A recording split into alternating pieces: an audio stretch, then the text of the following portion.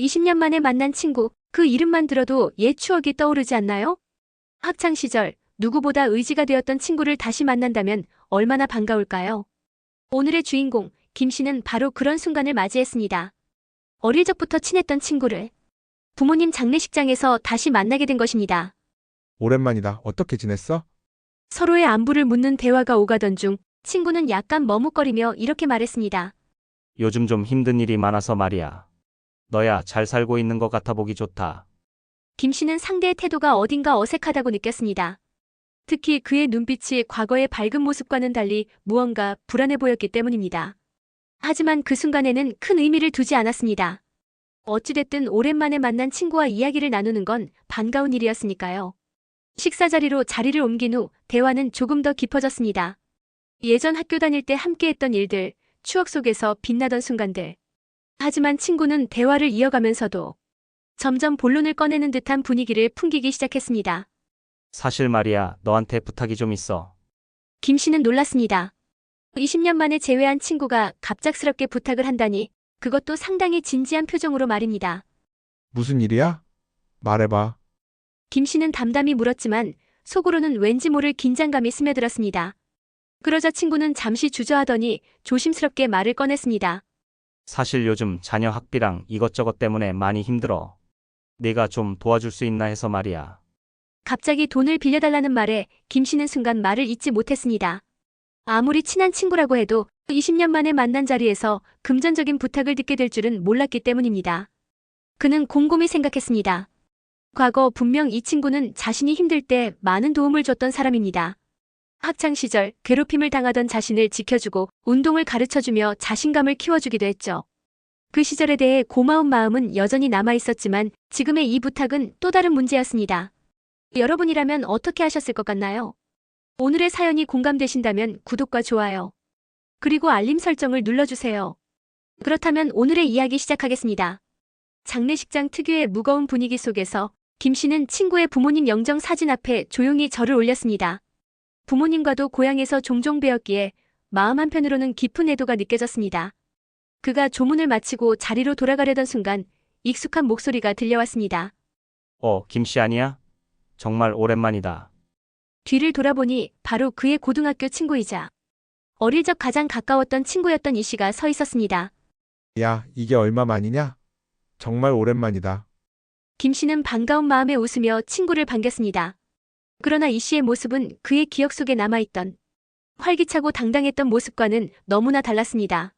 얼굴은 수척했고 다소 초조해 보이는 표정에 머리카락도 제때 손질되지 않아 헝클어진 상태였습니다. 옷차림도 장례식 예법에 맞게 갖춰 입은 것 같았지만 어딘가 정돈되지 않은 느낌이 들었습니다. 김 씨는 반가움 속에서도 묘한 걱정을 느꼈습니다. 너 잘 지냈어? 요즘은 어떻게 지내는 거야? 라고 물었지만 이 씨는 구체적인 답변을 피하며 그저 그냥 그렇지 뭐. 너야 잘 살고 있는 것 같네. 보니까 몸도 여전히 건강하고. 라며 말끝을 흐렸습니다. 대화를 이어가는 동안 이 씨는 간간히 과거의 추억을 꺼내며 둘 사이의 친밀감을 강조했습니다. 너 그거 기억나? 고등학교 때 네가 애들한테 괴롭힘 당했을 때 내가 나서서 해결해줬잖아. 그때 정말 대단했지. 너도 참 고생 많았어. 김 씨는 미소 지으며 고개를 끄덕였지만 이 씨의 말투에는 어딘가 어색한 기운이 감돌았습니다. 마치 과거의 이야기를 강조하며 현재의 대화를 이끌어가려는 의도가 느껴졌습니다. 장례식장에서 오랜만에 만난 친구와의 짧은 대화를 끝내며 김 씨는 이 씨를 식사 자리로 초대했습니다. 시간 괜찮으면 따로 식사나 하면서 이야기 좀 더 나눌까? 이렇게 우연히 만난 것도 인연인데. 이 씨는 잠시 망설이는 듯 하더니 그래, 오랜만이기도 하고. 너랑 이야기 좀 하고 싶기도 했어. 라며 승낙했습니다. 김 씨는 이 씨와 오랜만에 나누는 대화에 묘한 감정이 교차했습니다. 과거 함께 뛰놀던 운동장, 웃음소리가 가득했던 교실의 기억들이 떠오르며 마음 한구석이 따뜻해졌지만 이 씨의 달라진 모습이 신경 쓰였습니다. 그는 대화를 이어가면서도 이 씨의 표정과 행동 하나하나를 유심히 살폈습니다. 친구의 눈빛은 종종 불안해 보였고 대화를 하다 말고 멍하니 창밖을 바라보는 순간도 많았습니다. 그 후 김 씨와 이 씨는 연락해 식당에서 밥을 함께 먹게 되었습니다. 그래도 넌 잘 됐다. 집도 있고 애들도 잘 크고 이런 좋은 식당에서 밥도 먹고. 이 씨는 가볍게 말했지만 그 말에는 어딘가 모를 씁쓸함이 묻어 있었습니다. 김 씨는 순간적으로 무언가 말해야 할 것 같았지만 어떻게 대답해야 할지 몰라 그저 웃으며 고개를 끄덕였습니다. 너는 요즘 어떻게 지내?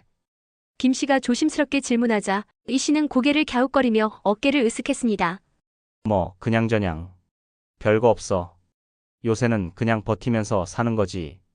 그의 말투는 마치 더는 이 이야기를 이어가고 싶지 않다는 듯 단호하게 느껴졌습니다. 대화는 다시 과거로 돌아갔습니다. 이 씨는 계속해서 고등학교 시절의 이야기를 꺼냈습니다. 너 정말 많이 변했다. 그때 그렇게 말랐던 애가 이렇게 건장해질 줄은 상상도 못했지. 내가 운동을 시작하라고 해서 그런 거잖아. 나한테 공 차는 법도 알려주고 참 많이 가르쳐줬지. 김 씨의 말에 이 씨는 고개를 끄덕이며 미소를 지었습니다. 그러나 그 미소는 오래가지 못했습니다. 그는 곧 표정을 굳히며 말을 이었습니다. 그땐 좋았지.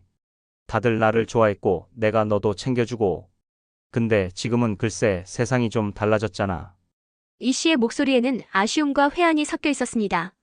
김 씨는 그 말에 어찌할 바를 몰랐습니다. 그는 친구를 위로하고 싶었지만 무엇을 어떻게 말해야 할지 알 수 없었습니다. 대신 분위기를 바꿔보고자 다른 질문을 던졌습니다.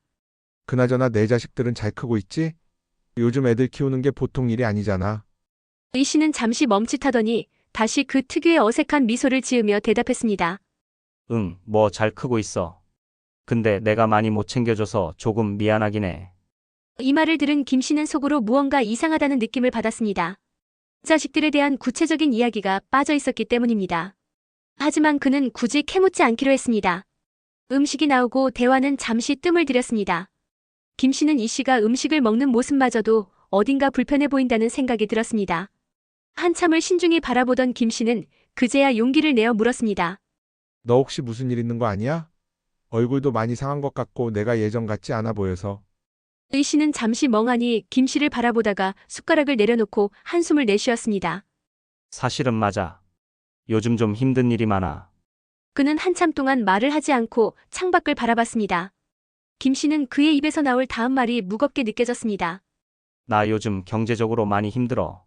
뭐 자세히 말하자면 끝도 없겠지만 그냥 좀 답답한 상황이라고 보면 돼. 김 씨는 그의 목소리에서 무거운 고충이 느껴졌습니다. 하지만 동시에 왜 이런 이야기를 꺼내는지에 대한 의문이 생겼습니다. 그래서 내가 너한테 좀 부탁을 하려고 했어. 이 씨의 말이 끝나기가 무섭게 김 씨의 심장이 한번 크게 뛰었습니다. 부탁? 무슨 부탁인데? 이 씨는 잠시 뜸을 들이며 머뭇거리다가 마침내 말을 꺼냈습니다. 너한테 돈 좀 빌릴 수 있을까? 급한 일이 있어서 그래. 내가 정말 미안한데 한 1,000만 원 정도만. 김 씨는 순간적으로 얼어붙었습니다. 20년 만에 재회한 친구에게 듣게 될 첫 부탁이 돈 문제라니. 그는 할 말을 잃고 그저 이 씨를 바라봤습니다. 1,000만 원이라고? 그건 꽤 큰 돈인데. 알아? 나도 이러고 싶지 않은데 지금 너무 급해서 그래. 내가 한두 달 안에 꼭 갚을게. 이 씨는 필사적으로 자신을 변호하는 듯 보였지만 김 씨는 마음이 복잡했습니다. 과거의 고마운 기억들이 떠오르며 친구를 돕고 싶다는 생각도 들었지만 한편으로는 그의 태도와 상황이 신뢰하기 어렵다는 생각도 들었습니다. 내가 지금 많이 힘든 건 알겠어. 근데 내가 바로 줄 수 있을지는 모르겠다. 나도 요즘 사정이 좀. 김 씨가 조심스럽게 말을 흐리자 이 씨의 표정이 굳어졌습니다. 그렇게 어렵게 생각할 필요 없어. 너 같은 친구가 도와주는 게 당연한 거 아니야? 예전에 내가 너 도와줬던 거 생각 안 나? 이 씨의 말투에는 은근한 압박이 담겨 있었습니다. 김 씨는 불쾌함과 미안함 사이에서 갈등하며 대답하지 못했습니다. 이윽고 식사가 끝나고 자리를 정리하던 순간에도 두 사람 사이에는 묵직한 침묵이 흘렀습니다. 김 씨는 이 씨와의 이 만남이 과거의 추억만큼 아름답게 끝나지 않을 것 같다는 불길한 예감을 느꼈습니다. 김 씨는 집으로 돌아가는 길에 내내 친구와의 대화를 되짚었습니다.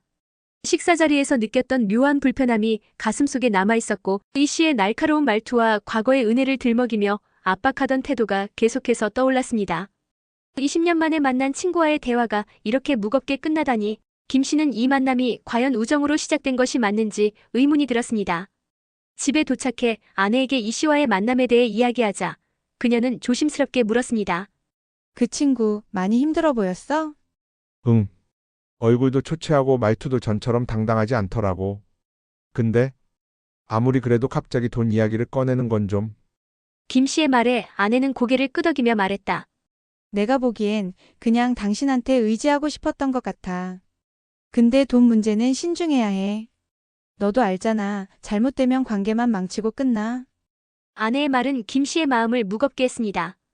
그는 친구가 처한 어려움에 진심으로 안타까운 마음을 느꼈지만 동시에 이 씨의 태도가 불쾌하게 느껴졌습니다.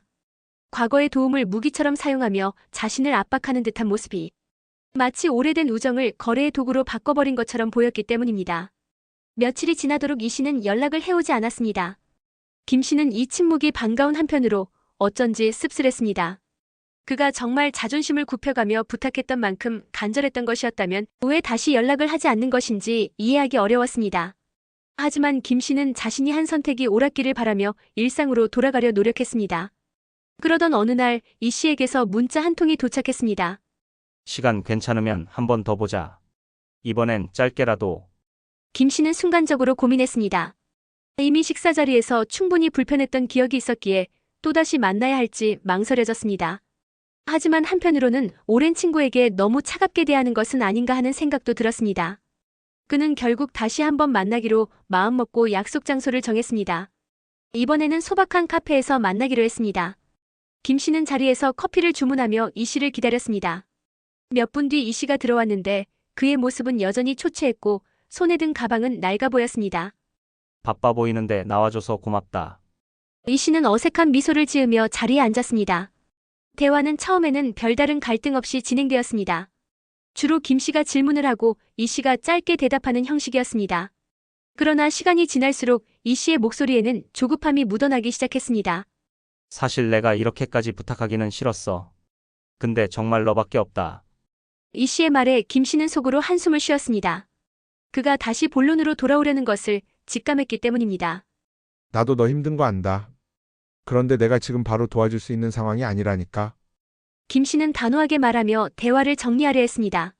하지만 이 씨는 물러서지 않았습니다. 너 정말 이럴 거야? 내가 너 도와줬던 건 다 잊었어? 내가 없었으면 너 고등학교 때 어떻게 됐을지 생각이나 해봤어? 이 씨의 말은 점점 격앙되었고 그의 목소리는 점점 높아졌습니다. 김 씨는 그 태도에 당혹스러움을 느꼈습니다. 그는 조용히 이 씨를 진정시키려 했지만 친구의 분노는 좀처럼 가라앉지 않았습니다. 나도 내가 그때 나를 도와준 거 정말 고맙게 생각해. 근데 지금 내가 이러는 건 좀 다르지 않나 싶어. 우리가 친구라면 서로 존중해야 하는 거잖아. 김 씨의 말에 이 씨는 잠시 말을 멈추고 고개를 숙였습니다. 하지만 곧 다시 고개를 들며 말을 이었습니다. 그래, 내가 좀 심했나 보다. 미안하다. 그냥 네가 잘 나가고 있으니까 나도 조금 기대했던 것 같아. 그 순간 김 씨는 마음 한편으로 이 씨가 정말 힘든 상황에 놓여 있음을 느꼈습니다. 하지만 우정과 돈 문제는 별개의 문제라는 확신도 들었습니다. 그는 조심스럽게 말을 꺼냈습니다. 내가 많이 힘든 건 알겠어. 그리고 나도 내 상황이 나아지길 진심으로 바라. 하지만 돈은 쉽지 않은 일이야. 내가 도와줄 수 있는 다른 방법을 찾아보자. 이 씨는 아무 말도 하지 않고 고개만 끄덕였습니다.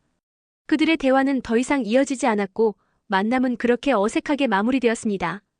김 씨는 그날 집으로 돌아오며 자신이 최선을 다했다고 생각하려 했지만 마음 한구석에는 씁쓸함이 남아 있었습니다. 20년의 우정이 금전적인 문제 앞에서 이렇게 흔들리는 모습을 보며 그는 친구를 향한 감정이 점점 복잡해지는 것을 느꼈습니다. 며칠 뒤 김 씨는 이 씨로부터 또다시 연락을 받았습니다. 하지만 이번에는 답하지 않았습니다. 자신이 해야 할 최선의 선택은 우정을 지키기 위해 거리를 두는 것이라고 판단했기 때문입니다. 이 씨가 다시 연락해올 때마다 김 씨는 고심 끝에 지금은 바쁘다며 만남을 피했습니다. 그렇게 두 사람의 관계는 자연스럽게 멀어져 갔습니다. 김 씨는 이 경험을 통해 깨달았습니다. 오래된 우정이라 할지라도 금전적인 문제가 개입되면 그 관계는 무너질 수 있다는 사실을. 그리고 진정한 우정은 과거의 도움을 빌미로 상대를 압박하는 것이 아니라 서로를 존중하고 이해하는 것에서 시작된다는 사실을 말입니다. 김 씨는 이 씨와의 마지막 만남 이후로 한동안 마음이 편치 않았습니다. 이 씨와 주고받은 대화들, 그의 표정과 태도, 그리고 그날의 분위기가 머릿속에서 떠나지 않았습니다. 그는 식탁에 앉아 커피를 마시며 깊은 생각에 잠겼습니다. 내가 정말 잘못한 걸까? 아니면 내가 너무 현실적으로만 생각한 걸까? 그때 그의 아내가 다가와 물었습니다. 왜 그렇게 혼자 고민하고 있어요? 또 그 친구 때문이에요? 김 씨는 고개를 끄덕이며 지난 대화를 털어놓았습니다. 그는 이 씨가 과거에 자신을 도와줬던 일과 지금의 금전적인 부탁 사이에서 느끼는 갈등을 이야기했습니다. 그때는 정말 고마웠어. 하지만 지금은 그때 그 일을 이렇게까지 끌고 와서 돈을 요구하는 게 맞는 걸까 싶어.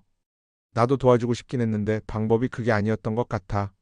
아내는 조용히 김 씨의 이야기를 들으며 잠시 생각에 잠겼습니다. 그러고는 부드럽게 말했습니다. 누군가를 돕는 건 아름다운 일이지만 한쪽이 일방적으로 기대고 요구하는 관계는 오래가지 못해요. 그리고 당신이 그 친구를 전혀 돕지 않은 것도 아니잖아요. 마음으로도 충분히 위로해주고 방법을 함께 찾아보려 했는데 그 친구가 그걸 받아들이지 못한 거죠. 아내의 말을 들으며 김 씨는 마음이 조금 가벼워졌습니다. 그는 이 씨와의 관계가 과거에는 분명 소중했고 자신에게 큰 영향을 주었던 우정이었다는 사실을 부정할 수 없었습니다. 하지만 이제는 그 우정을 바탕으로 서로를 존중하며 살아가야 하는 시점임을 깨닫게 되었습니다. 그는 아내와의 대화 속에서 한 가지 중요한 결론에 이르렀습니다. 우정은 주고받음이 균형을 이루어야 한다는 것. 그리고 그것이 깨지는 순간 우정은 다른 형태의 의무감이나 부담으로 변질될 수 있다는 사실이었습니다. 그 후로 김 씨는 이 씨로부터 오는 몇 차례의 연락을 받았지만 모두 정중히 거절했습니다. 나중에 여유가 되면 보자라는 말로 미뤘지만 김 씨는 이미 이 씨와의 관계를 서서히 정리하기로 마음먹었습니다. 그는 이 씨와의 추억은 아름답게 간직하되 현재의 관계는 더 이상 유지하지 않는 것이 서로에게 최선이라는 판단을 내렸습니다. 몇 달 후 김 씨는 자신의 아들과 산책을 하며 자연스럽게 이 씨에 대한 이야기를 꺼냈습니다. 아빠가 고등학교 때 참 고마운 친구가 있었어. 날 많이 도와줬던 친구였지. 아들은 김 씨의 이야기를 흥미롭게 들으며 물었습니다. 그럼 그 친구랑 지금도 친하게 지내세요? 김 씨는 잠시 머뭇거리다 웃으며 대답했습니다. 아니, 지금은 조금 거리를 두고 있어. 가끔은 우정을 지키기 위해서라도 거리를 유지하는 게 필요하더라. 아들은 의아한 표정을 지으며 우정을 지키는데 거리를 둬야 한다는 게 무슨 뜻이에요? 라고 물었습니다. 김 씨는 아들의 질문에 답하며 자신이 내린 결정을 정리하기 시작했습니다. 진짜 우정은 서로를 이해하고 서로를 존중하는 데서 시작되는 거야. 근데 그 친구와 나는 그 균형을 잃은 것 같아. 한쪽이 일방적으로 기대거나 요구하면 그건 우정이라기보단 의무감처럼 느껴지게 돼. 그래서 그 친구와의 좋은 기억은 간직하되 지금의 우리 관계는 여기서 멈추기로 한 거야. 아들은 잠시 고개를 끄덕이며 그 친구도 아빠처럼 좋은 추억으로 기억하면 좋겠네요. 라고 말했습니다. 김 씨는 아들의 말에 따뜻한 미소를 지으며 대답했습니다. 맞아. 결국 우정이라는 건 서로가 함께 좋게 기억하는 게 중요한 거니까. 이 경험은 김 씨에게 단순한 친구와의 관계 정리를 넘어 노년의 삶에서 인간관계를 어떻게 다뤄야 하는지를 깨닫게 해주었습니다. 그는 그동안 사람들과의 관계에서 자신이 얼마나 주도적으로 균형을 맞추려 했는지를 돌아봤습니다. 과거에는 관계를 지키기 위해 무조건적인 희생을 감수했던 적도 있었지만 이제는 자신의 삶과 감정을 존중하며 적정한 선을 지키는 법을 배우고 있었습니다. 김 씨는 이 경험을 계기로 노년의 삶에서 더 단단하고 의미 있는 관계를 만들어가고자 다짐했습니다. 그는 자신의 가족과 가까운 친구들에게 더 많은 관심을 기울이며 자신의 삶을 더욱 풍요롭게 만드는 데 집중하기로 했습니다. 마지막으로 김 씨는 이 씨와의 추억을 떠올리며 혼자 중얼거렸습니다. 내가 그때 나한테 해준 도움은 정말 잊지 않을 거야. 그 덕분에 내가 지금 이렇게 살고 있는 것도 사실이고. 하지만 우정이라는 건 서로가 함께 행복할 때 진짜 빛나는 거야. 내가 언젠가 이 말을 이해할 수 있기를 바란다. 이 씨와의 만남은 김 씨에게 우정의 본질과 인간관계의 균형에 대해 큰 깨달음을 주었습니다. 그는 더 이상 이 씨와의 관계에 얽매이지 않았지만 그 관계를 통해 배운 교훈은 평생 간직하며 앞으로의 삶을 살아가기로 마음먹었습니다. 우리는 모두 우정이란 무엇인지 그리고 그 우정을 어떻게 지켜야 할지에 대해 한 번쯤 고민해 본 적이 있을 겁니다. 특히 나이가 들어갈수록 인간관계는 더욱 깊은 의미를 가지게 됩니다. 젊었을 때는 다소 가볍게 넘길 수 있었던 일들도 노년에는 서로의 삶에 큰 영향을 미치는 문제가 되기도 하죠.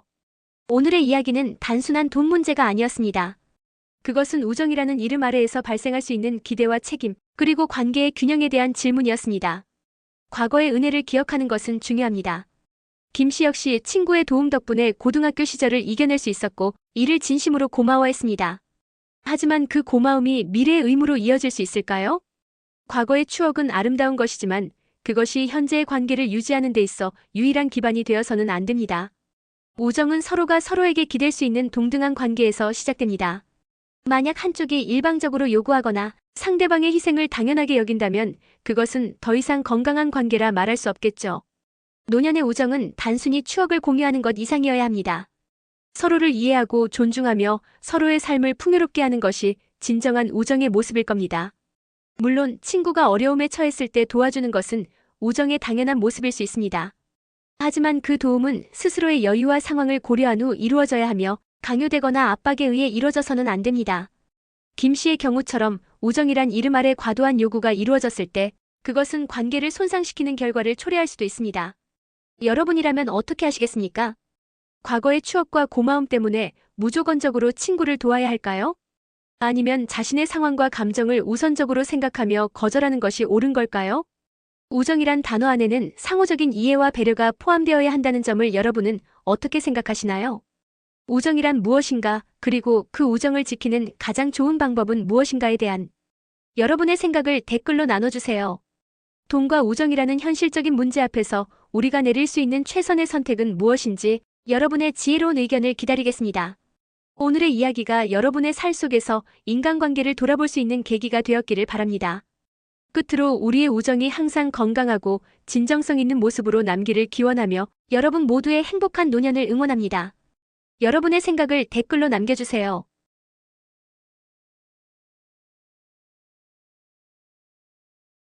안녕하세요. 여러분은 자녀에게 모든 것을 주고도 정작 자신은 빈손이 되어버린 부모님의 이야기를 들어본 적 있으신가요? 평생을 자녀를 위해 헌신하며 사랑으로 키워왔지만 그 사랑이 돌아오는 대신 오히려 상처로 남은 사례들 말입니다. 부모로서 자녀가 잘 되기를 바라는 마음은 너무나도 자연스러운 감정입니다. 그런데 이런 마음이 과도하게 표현되고 재산이나 지원이라는 형태로 쏟아지게 되면 그 결과는 우리가 예상했던 것과는 전혀 다르게 흘러가기도 합니다. 오늘 영상에서는 춘천에 사는 한 80대 할머니의 충격적인 사연을 통해 자녀에게 모든 것을 퍼주는 사랑이 왜 때로는 독이 될 수 있는지를 이야기해 보려고 합니다. 할머니의 사연은 단순히 한 사람의 이야기로 끝나지 않습니다. 이 사례를 통해 많은 부모님들이 공감할 수 있는 현실적 고민과 우리가 노후를 준비하는데 꼭 알아야 할 교훈들을 찾아볼 수 있을 것입니다. 할머니는 젊은 시절 누구보다도 성실하게 살았고 중산층의 여유로운 삶을 누렸습니다. 그러나 현재는 작은 전셋집에서 힘든 노후를 보내고 계십니다. 젊은 시절 모아둔 재산을 자녀들에게 모두 퍼주고 나니 결국 자신에게는 아무것도 남지 않았던 겁니다. 물론 자녀들의 성공과 행복을 바라는 마음에서 아낌없이 지원하셨겠지요. 그러나 그 결과는 할머니가 예상했던 따뜻한 보답이 아닌 외로움과 경제적 어려움이었습니다. 여러분은 이 이야기가 남의 일이라고만 생각되시나요? 사실 이런 사례는 우리 주변에서도 흔히 찾아볼 수 있습니다. 부모의 무조건적인 지원과 희생이 때로는 자녀에게 독이 될 수 있다는 사실, 그리고 그로 인해 부모님들 자신이 큰 상처를 입을 수 있다는 현실 말입니다. 자녀를 위한 헌신이 잘못된 건 아니지만 그것이 어디까지나 적정한 선에서 이루어져야 한다는 것을 우리는 자주 잊곤 합니다. 오늘 영상에서는 이 사연을 바탕으로 자녀에게 모든 것을 주면서도 부모님 스스로를 지키는 방법, 그리고 자녀와 부모 모두를 위해 더 나은 선택을 하는 방법을 함께 고민해 보려고 합니다. 부모로서 노후를 평화롭게 지키기 위해 어떤 점들을 주의해야 하는지, 자녀와의 관계에서 균형을 유지하기 위해 어떤 태도를 가져야 하는지를 구체적으로 살펴볼 것입니다. 오늘의 이야기가 공감되신다면 구독과 좋아요, 그리고 알림 설정을 눌러주세요. 그렇다면 오늘의 사연 시작하겠습니다. 춘천에 사는 한 80대 할머니는 과거 누구보다도 성실하게 살아왔습니다. 젊은 시절 약사로 일하며 안정된 직업을 가진 그녀는 남편과 함께 중산층의 여유로운 삶을 누렸습니다. 그녀의 남편은 철물점을 운영하며 사업에도 손을 뻗쳐 경제적 기반을 튼튼히 다졌고 두 사람은 맞벌이를 통해 자산을 꾸준히 늘려왔습니다. 그 결과 당시에는 드물었던 일본과 대만으로 해외여행을 다닐 만큼 경제적으로 풍족했고 마당이 딸린 2층 단독주택을 마련하며 누구보다도 안정된 삶을 살아왔습니다. 하지만 현재 그녀의 삶은 과거와 완전히 다른 모습입니다. 이제는 10평 남짓한 작은 전셋집에서 남편과 함께 근근히 살아가며 부부의 수입은 기초연금과 남편이 철물점 일을 정리한 후 파트타임 경비원으로 일하며 버는 월 40만 원이 전부입니다. 과거 여유롭던 중산층의 삶은 사라지고 두 분은 겨우 생계를 유지하며 힘든 노후를 보내고 있는 상황입니다. 어떻게 이렇게 된 걸까요? 그 이유는 바로 자녀들에게 모든 것을 퍼준 결과였습니다. 4명의 자녀를 키우며 그녀는 결혼자금, 신혼집 마련, 그리고 이후의 생활비와 사업자금까지 아낌없이 지원했습니다. 자녀가 어려움을 겪으면 경제적으로 도와주는 것은 물론 사업을 하겠다는 자녀의 요청에는 단독주택을 팔아 자금을 마련해 주기까지 했습니다. 부모로서 자녀가 잘 되기를 바라는 마음에서 한 일이었지만 그 결과는 예상과는 완전히 달랐습니다. 할머니는 자녀들에게 내가 있으니 걱정하지 마라, 필요하면 언제든 이야기해라라고 말하며 항상 자녀들에게 든든한 지원군이 되어주고자 했습니다. 하지만 자녀들은 점차 그녀의 희생을 당연하게 받아들이기 시작했습니다. 자녀들이 어려움을 이야기하면 그녀는 적극적으로 도왔고 자녀들은 더 이상 부모의 지원을 특별한 도움으로 여기지 않게 되었습니다. 그 결과 그녀가 젊은 시절 힘들게 모아온 재산은 점차 자녀들에게 흘러들어갔고 단독주택까지 팔아 전셋집으로 이사해야만 했습니다. 작은 집으로 거처를 옮기고 경제적 여유를 잃은 상황에서도 자녀들은 여전히 그녀를 필요로 했습니다. 그녀는 끝내 거절하지 못했고 자녀들의 요구에 맞춰 지원을 계속하느라 노후 자금을 전부 소진하게 되었습니다. 더 안타까운 것은 그녀의 이러한 희생에도 불구하고 자녀들에게 감사와 보살핌을 받지 못했다는 점입니다. 자녀들은 부모의 희생을 점차 잊어갔고 도움을 당연하게 여기며 부모님을 보살피는 데에는 관심을 두지 않았습니다. 할머니는 자녀들이 자신의 노후를 걱정해 주리라 기대했지만 현실은 그녀가 바라던 것과는 달랐습니다. 이 사례는 단순히 한 가정의 이야기가 아닙니다. 많은 부모님들이 자녀를 위해 모든 것을 희생하며 살아가지만 그 희생이 반드시 보답으로 돌아오지 않는다는 현실을 보여줍니다. 부모가 자녀에게 모든 것을 퍼주는 사랑은 때로는 자녀의 자립심을 약화시키고 부모 자신에게도 부정적인 결과를 가져올 수 있다는 것을 이 사례는 분명히 보여줍니다. 부모의 무조건적인 지원은 자녀를 망칠 수도 있습니다. 금전적 지원에만 의존하게 된 자녀들은 돈을 벌고 스스로 서는 방법을 배우지 못하게 됩니다. 특히 부모가 노후 자금을 소진한 후 더 이상 지원을 해줄 수 없을 때 자녀들은 이를 이해하기보다는 불만과 서운함을 느끼며 부모와의 관계가 멀어질 가능성이 높습니다. 이러한 상황은 부모와 자녀 모두에게 불행을 가져오며 부모로서는 노후의 경제적 안정과 심리적 평온을 잃게 됩니다. 춘천의 이 할머니 사례는 자녀를 위해 희생을 아끼지 않았던 부모님들에게 깊은 교훈을 제공합니다. 자녀를 위해 모든 것을 퍼주는 사랑이 반드시 좋은 결과를 가져오지 않는다는 점, 그리고 부모 자신을 위한 준비가 얼마나 중요한지를 다시 한번 생각하게 만듭니다. 자녀를 사랑하는 마음과 자신의 삶을 지키는 지혜 사이에서 균형을 유지하는 것이야말로 부모와 자녀 모두를 위한 최선의 선택일 것입니다. 부모가 노후 자산을 지키는 것은 단순히 경제적 안정만을 의미하지 않습니다. 이는 자녀와의 건강한 관계를 유지하고 스스로의 존엄성을 지키며 삶의 질을 높이는 중요한 기반이 됩니다. 자녀를 사랑하는 마음에 모든 것을 아낌없이 주고 싶을 수도 있지만 재산을 관리하는 데 있어서는 분명한 원칙과 전략이 필요합니다. 여기서는 부모가 노후 자산을 관리하며 자녀와의 관계를 건강하게 유지할 수 있는 3가지 지혜를 이야기해 보겠습니다. 첫 번째 지혜, 재산은 철저히 숨겨라. 가장 기본적이고도 중요한 원칙은 재산 규모를 자녀에게 철저히 숨기는 것입니다. 부모가 자신의 자산이 얼마나 되는지 자녀에게 알리게 되면 자녀는 그 돈을 무의식적으로 자신의 것으로 여길 가능성이 높아집니다. 자녀가 어려운 상황에 처했을 때 부모의 재산을 당연히 활용할 수 있을 것이라고 기대할 수도 있습니다. 이런 기대는 자녀와 부모 모두에게 부정적인 영향을 미칩니다. 특히 부모가 자녀에게 이 집은 너에게 물려줄게 또는 내가 가진 돈 중 일부는 내 몫이야와 같은 약속을 하면 자녀는 그 약속을 철석같이 믿고 계획을 세우게 됩니다. 그런데 나중에 부모가 상황이 바뀌어 약속을 지키지 못하거나 생각을 바꾸게 된다면 자녀는 부모를 원망하거나 서운함을 느낄 수 있습니다. 부모로서는 이러한 갈등을 방지하기 위해 처음부터 자산 규모를 숨기고 자녀에게 이건 내 노후 자금이야, 내가 살아가는데 꼭 필요한 돈이야 라는 명확한 메시지를 전달해야 합니다. 부모가 자신의 자산을 비밀로 유지하면 자녀는 부모의 재산을 기대하거나 의지하지 않게 됩니다. 오히려 스스로 서야 한다는 책임감을 느끼게 될 수 있습니다. 모르는 게 약이라는 말처럼 자녀가 부모의 재산에 대해 알지 못할 때 관계의 갈등을 줄이고 부모와 자녀 간의 독립성을 유지할 수 있습니다. 두 번째 지혜, 무조건적 지원이 자녀를 망친다. 부모가 자녀에게 금전적으로 무조건적인 지원을 하면 자녀는 스스로 자립하는 방법을 배우지 못하게 됩니다. 자녀가 경제적 어려움에 처했을 때 부모가 지원을 제공하는 것이 단기적으로는 도움이 될 수 있습니다. 하지만 이러한 지원이 반복되면 자녀는 부모의 도움을 당연히 여기는 경향을 보입니다. 이러한 의존은 자녀가 경제적 책임감을 갖는 것을 방해하며 부모가 없으면 생존할 수 없다는 심리적 불안을 초래하기도 합니다. 부모로부터 금전적으로 독립하지 못한 자녀는 종종 성인이 되어도 스스로의 삶을 책임지기 어려워지고 이는 장기적으로 자녀의 삶에 더 큰 부정적인 영향을 미칩니다. 부모로서 자녀를 돕고 싶다면 금전적 지원보다는 자녀가 독립적으로 살아갈 수 있는 방법을 제시해 주는 것이 중요합니다. 예를 들어 자녀가 경제적으로 어려움을 겪고 있다면 문제를 해결할 수 있는 계획을 함께 세우고 스스로 해결책을 찾을 수 있도록 도와주는 것입니다. 자녀가 직업을 구하거나 새로운 기술을 배우는 데 필요한 조언을 제공하는 것도 좋은 방법입니다. 또한 자녀가 어린 시절부터 자산관리와 경제적 책임감을 배울 수 있도록 돕는 것도 중요합니다. 자녀에게 절제와 책임감을 가르치고 돈을 사용하는 데 있어 계획성과 효율성을 갖추도록 지도하는 것이 필요합니다.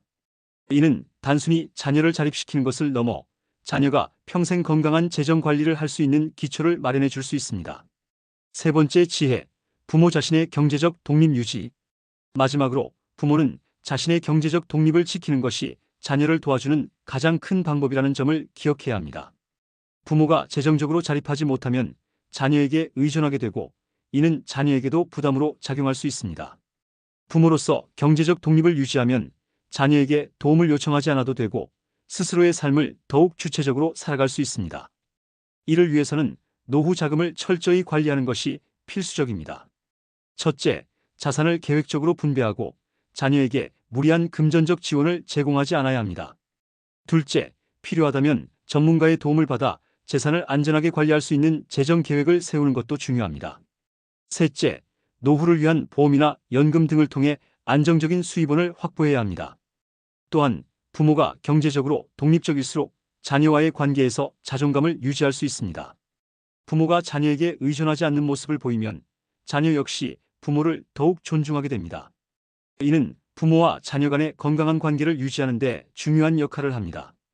부모가 자산을 철저히 숨기고 무조건적인 지원을 지향하며 자신의 경제적 독립을 유지한다면 자녀와의 관계에서 더 큰 갈등을 피하고 자신을 위한 삶을 준비할 수 있습니다. 이는 단순히 부모 자신만을 위한 것이 아니라 자녀가 스스로 서고 더 건강한 삶을 살아갈 수 있도록 돕는 길이기도 합니다. 부모로서의 사랑이 자녀를 의존적으로 만드는 희생이 아니라 자녀가 독립적으로 성장하도록 돕는 지혜가 되기를 바랍니다. 자녀와 부모의 관계는 세상에서 가장 깊고 소중한 인연 중 하나입니다. 부모는 자녀를 위해 무엇이든 해주고 싶고 자녀가 잘 되길 바라는 마음으로 모든 것을 희생합니다. 그러나 이런 희생이 항상 긍정적인 결과로 이어지는 것은 아닙니다. 오히려 자녀에게 모든 것을 퍼주는 사랑이 부모 자신에게 독이 되고 자녀와의 관계에까지 악영향을 미칠 수 있다는 점을 많은 사례가 보여줍니다. 자녀에게 기대지 않고 스스로를 지키는 것이 노후의 행복을 위한 가장 중요한 전략임을 이해해야 합니다. 많은 부모님은 자녀를 위해 재산을 아낌없이 내어줍니다. 결혼자금, 신혼집 마련, 사업자금, 심지어 생활비까지 지원하며 자신이 가진 것을 모두 자녀에게 쏟아붓는 경우가 흔합니다. 이는 부모로서의 당연한 사랑으로 보일 수 있지만 이런 과도한 지원이 반드시 부모의 노후를 안정적으로 만들어주는 것은 아닙니다. 부모가 자녀에게 모든 것을 퍼준 뒤 남는 것은 때로는 외로움과 경제적 불안정일 뿐입니다. 자녀는 처음에는 부모의 지원에 고마움을 느낄지 몰라도 시간이 지나면 그것을 당연하게 받아들이게 됩니다. 부모가 더 이상 지원을 할 수 없는 상황이 오면 자녀는 부모를 이해하기보다는 서운해하거나 불만을 품는 경우도 생깁니다. 부모의 사랑이 자녀와의 관계를 더 돈독하게 만들어주는 것이 아니라 갈등의 원인이 되기도 하는 것입니다. 특히 자녀에게 모든 것을 주고 난 뒤 자신은 아무것도 남지 않았을 때 부모는 자녀에게 의존하게 되는 경우가 많습니다. 이는 자녀에게 심리적, 경제적 부담을 주며 부모와 자녀 간의 관계를 더욱 복잡하게 만듭니다. 자녀와의 관계가 멀어질수록 부모는 더 큰 외로움과 상실감을 느끼게 되고 결국 부모와 자녀 모두에게 불행을 초래할 수 있습니다. 부모가 자녀를 위해 모든 것을 퍼주는 사랑은 자녀에게 자립심을 약화시키고 경제적 의존을 심화시키는 결과를 낳을 수 있습니다. 자녀는 부모의 지원을 통해 스스로 서는 방법을 배우지 못하게 되고 부모의 사랑을 당연한 것으로 여기며 자신의 역할과 책임을 깨닫지 못할 수 있습니다. 특히 부모가 자녀에게 재산을 모두 물려준 후 자녀는 그 재산을 스스로 관리하거나 활용하는 방법을 모를 가능성이 높습니다. 이는 자녀의 재정적 실패로 이어질 수 있으며 결국 부모와 자녀 간의 갈등을 유발하는 원인이 됩니다. 자녀를 돕고자 한 부모의 희생이 자녀를 망치는 독이 될 수 있다는 점을 반드시 기억해야 합니다.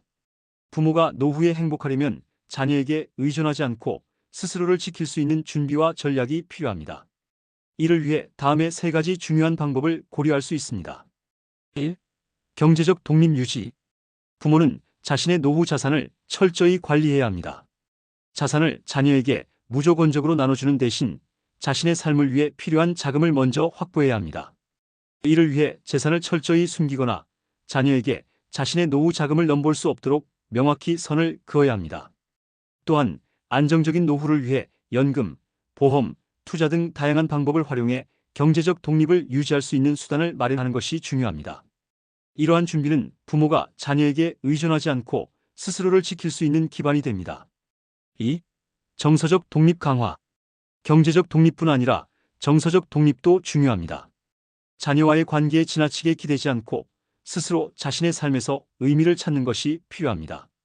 취미 활동, 자원봉사, 사회적 모임 등을 통해 자신의 삶을 풍요롭게 만들고 자녀가 아닌 자신을 중심으로 생활을 재구성해야 합니다.